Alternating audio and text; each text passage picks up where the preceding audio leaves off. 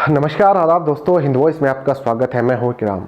देश में जिस तरह से मुस्लिम विरोधी प्रोपेगेंडा लगातार चल रहा है सोशल मीडिया के माध्यम से, और जिसकी शुरुआत हुई थी मेन स्ट्रीम के माध्यम से, क्योंकि वहां लगातार जब चिल्ला कर आप एक ही कम्युनिटी पे सारा दोष मढ़ देते हैं तो फिर दूसरों की नज़र में वो वैसा ही हो जाता है। पहले भी मैंने कई खबर की कि सब्जी वालों से लेकर आम आदमियों तक भी कई सारे लोगों के साथ मारपीट की गई। अभी 2 दिन पहले बिजनौर में कुछ लोग राशन बांट रहे थे, गरीबों को खाना खिला रहे थे, उन लोगों के साथ भी मारपीट की गई, उनसे लूटपाट भी की। उसके बाद 2 दिन से आप दिल्ली में देख रहे होंगे, एक वीडियो वायरल हो रही है सोशल मीडिया के प्लेटफॉर्म पे। एक मुस्लिम युवक को पुलिस कांस्टेबल बुरी तरह से पीट रहा है, उसके साथ 2-4 लोग और हैं जो उसे बुरी तरह से पीट रहे हैं। इन दोनों खबर पर मैं बाद में जाऊंगा, लेकिन फिलहाल बात कर लेते हैं जो बड़ी खबर आ रही है गुड़गांव से। द हिंदू में एक खबर छापी थी। वैसे दैनिक जागरण के उर्दू अखबार जो है इनकलाब सबसे बड़ा उर्दू अखबार माना जाता है, क्योंकि दैनिक जागरण का, उसने भी एक खबर छापी थी। लेकिन हमने अपने स्तर से पता किया कि गुड़गांव में एक कंपनी है जिसका नाम है रिचा एंड कंपनी, और ये रिचा ग्रुप्स की कंपनी है, गारमेंट्स कंपनी है। काफ़ी सारे लोग काम करते हैं, 120 से भी ज़्यादा मुस्लिम लोग यहाँ काम करते हैं। बृहस्पतिवार को, थर्सडे को, जब ये लोग कंपनी में एंट्री कर रहे थे तो इनको इस बात पे रोक दिया गया कि अभी मुस्लिम है, आप अपनी कंपनी में एंट्री नहीं कर सकते, बाकी लोगों को अंदर जाने दिया जाता। उन लोगों का ऐसा आरोप है। लेकिन कंपनी का इस पर दूसरा कहना है कि उनका कहना है कि हमने कभी भेदभाव नहीं किया, हमारे यहाँ बहुत सालों से मुस्लिम लोग के काम कर रहे हैं, सभी धर्म के लोग काम करते हैं, तो हमने कभी कोई भेदभाव किया नहीं। पूरा मसला है क्या, उस पर थोड़ा नज़र डाल लेते हैं। देखिए, थर्सडे को जब ये कंपनी खुली तो ये लोग सुबह सुबह कंपनी पर पहुंचे तो इनको एक बड़े अधिकारी का हवाला देते हुए अंदर जाने से मना कर दिया। लेकिन सभी हिंदू कर्मचारी अंदर जा रहे थे। बाबुल हक नाम का एक मुस्लिम युवक था जो कारीगर है इस कंपनी में। उसने आरोप लगाया कि स्टाफ मैनेजर ने उनसे कहा कि नमाज पढ़ने और रोज़ा रखने वालों को फिलहाल काम पर नहीं रखा जा रहा। बाबुल हक ने यह भी आरोप लगाया कि जुमेरात के दिन कम से कम 50 मुस्लिम कारीगरों को वापस भेज दिया गया है, जबकि बुधवार को उसके मैनेजर ने अगले दिन आकर साथ ले जाने को कहा था। ये बाबुल हक का आरोप है। एक और कारीगर है जिसका नाम है फिरदौस। उसने भी आरोप लगाया कि उसे भी मुसलमान होने के कारण अंदर जाने की इजाज़त नहीं दी गई। अब उसके पास मकान का किराया तक चुकाने के पैसे नहीं है और मकान मालिक खाली कराना चाहता है। अली नाम का एक और कारीगर है। उसने बताया कि मुसलमान वर्कर के नाम के आगे, जितने भी वर्कर वहाँ थे, सबके आगे लाल मार्क से निशान लगा दिया गया और उनकी अलग से छटनी करनी शुरू कर दी गई। लेकिन जब उसने अपनी कंपनी मैनेजर से पूछा कि सर ये आप लोग छटनी कर रहे हैं, ये आप लोग क्यों कर रहे हैं, तो कंपनी मैनेजर ने उससे सीधा सीधा कहा कि अगर मुसलमानों को काम पे बुलाया जाएगा तो रमज़ान के बाद ही बुलाया जाएगा, अभी हम नहीं बुला सकते, क्योंकि कुछ लोग नमाज रखते हैं, रोज़ा रखते हैं। अली जो है वो पश्चिम बंगाल के रहने वाले हैं और अपने घर में अकेला खाने और कमाने वाला है। कंपनी अगर फिलहाल उसे काम से निकाल देती है रमज़ान के इस महीने में, तो हो सकता है वो रोज़े ना रख पाए और भूखा भी मर जाए। अब इन आरोपों पर जब कंपनी के जनरल मैनेजर अमरजीत डांगर से बात की गई तो उसने ये आरोप, ये खंडन करते हुए कह दिया कि ये जो लोग हैं जो हमारे यहाँ काम करते हैं, ज़्यादातर मुसलमान, ये दिल्ली के कपास हेड़ा इलाके से आते हैं, जहाँ पर जो रेड जोन घोषित है और वहाँ पर कोरोना बहुत ज़्यादा फैला हुआ है। हालांकि पूरी दिल्ली रेड जोन है और केजरीवाल कई बार कह चुके हैं कि जिन इलाकों में केस नहीं है उनको कम से कम ऑरेंज या ग्रीन में घोषित किया जाए। तो इनका आरोप भी यही है कि ये लोग वहाँ से आते हैं, हो सकता है यहाँ कोरोना फैल जाए।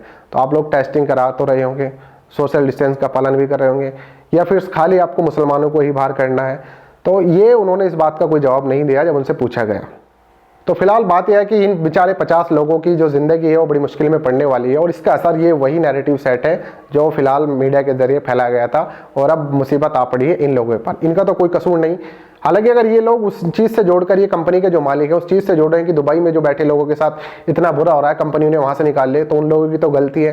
वो लोग तो बैठ के नफरत फैला रहे हैं, बाकायदा लिखित में ट्वीट पोस्ट कर रहे हैं। इन लोगों का क्या कसूर था? ये मजदूर लोग जो हैं, ये तो बेचारे कहीं और कुछ कर भी नहीं सकते। जहाँ काम है, एक बार काम मिल जाता है तो महीनों तक वहीं लगते हैं, क्योंकि पढ़े लिखे नहीं है, नौकरी तलाश नहीं कर सकते।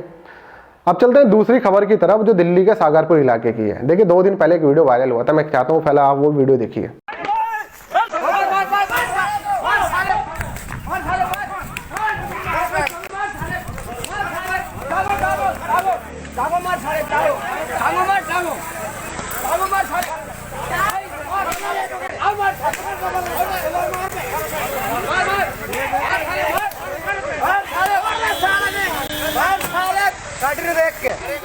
तो इस वीडियो में आपने देखा एक शख्स है, दाढ़ी है उसकी, मुसलमान है, उसको पुलिस वाला बुरी तरह से पीट रहा है। उसके साथ 2 युवक और है, वो भी उसे पीट रहे हैं, दौड़ा दौड़ा के उसे पीटा जा रहा है। तो इस युवक का नाम है इमरान है और दिल्ली के सागरपुर का रहने वाला है। तो और जो कांस्टेबल पीट रहा है इसका नाम है कमलेश। कमलेश हेड कांस्टेबल है वहीं थाने में ही। तो इस पर आरोप ये लगाया कि लोगों से गले मिल मिलकर ये कोरोना फैला रहा है। मतलब ये इन लोगों की मानसिकता है कि ये लोग कोरोना फैला रहे हैं, जो भी दाढ़ी टोपी वाले हैं। उसके बाद इन लोगों ने इसकी बुरी तरह से पिटाई कर दी गई। इमरान वैसे ऐसी मैकेनिक का काम करता है। जब ये वीडियो वायरल हो गई तो उसे दिल्ली के जो ओखला इलाके के एमएलए हैं अमानतुल्लाह खान, उन्होंने इस पर पुलिस में कंप्लेन की और कांस्टेबल के खिलाफ शिकायत दर्ज कराई। खैर वो कांस्टेबल फिलहाल सस्पेंड हो चुका है, उसके किए गई सजा से मिल चुकी है। लेकिन सवाल यह है कि क्या उसके दिमाग से वो जहर निकल पाएगा जो उसके दिमाग में भर गया कि दाढ़ी टोपी वाले कोरोना फैला रहे हैं, हर तरीके से उन्हें कोरोना फैला रहे हैं, वो जो उनकी जैसे मर्जी। ये उन लोगों की सोच बन गई है। तीसरी घटना है बिजनौर की। 3 दिन पहले वहां पे कुछ लोग राशन बांट रहे थे, तो वहां पर कुछ लोग आए, उन्होंने उनके साथ मारपीट की। उन्हें यह भी नहीं देखा कि गरीबों की मदद कर रहे हैं। उन्हें कहा तुम मुसलमान हो, इस इलाके में क्या कर रहे हो। पूरी गाड़ी खाने और राशन से भरी हुई थी। उन लोगों ने उनके साथ लूटपीट की और बुरी तरह पीटा। मैं चाहता हूँ एक बार वो वीडियो भी आप देखें। कितने लोगों ने मारा? अरे पानी पिलवाओ इन्हें, पानी पिलवाओ। अरे 3-4 ने हमारा इतना बड़ा चक्कर। नसीम अहमद। कहाँ के रहने वाले हो? नगी नगर। यहाँ क्या करना आए थे आप?